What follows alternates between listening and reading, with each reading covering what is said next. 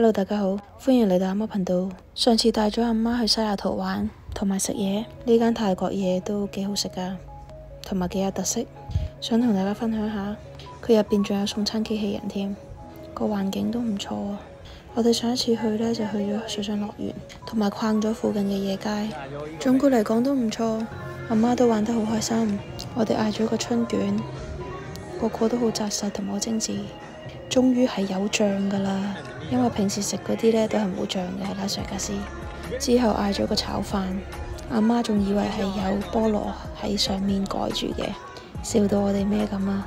雖然呢個機器人呢唔係得意嗰隻，但係佢走過嚟真係好可愛啊！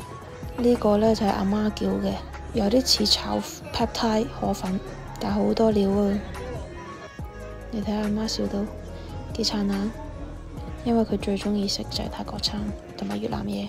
呢個視頻又去到呢度啦，呢個就係西雅圖市中心，我覺得有啲似香港嘅感覺啊。睇下我哋下次去邊度玩，之後我哋都會拍一個特輯嘅。咁我哋下次再見，拜拜。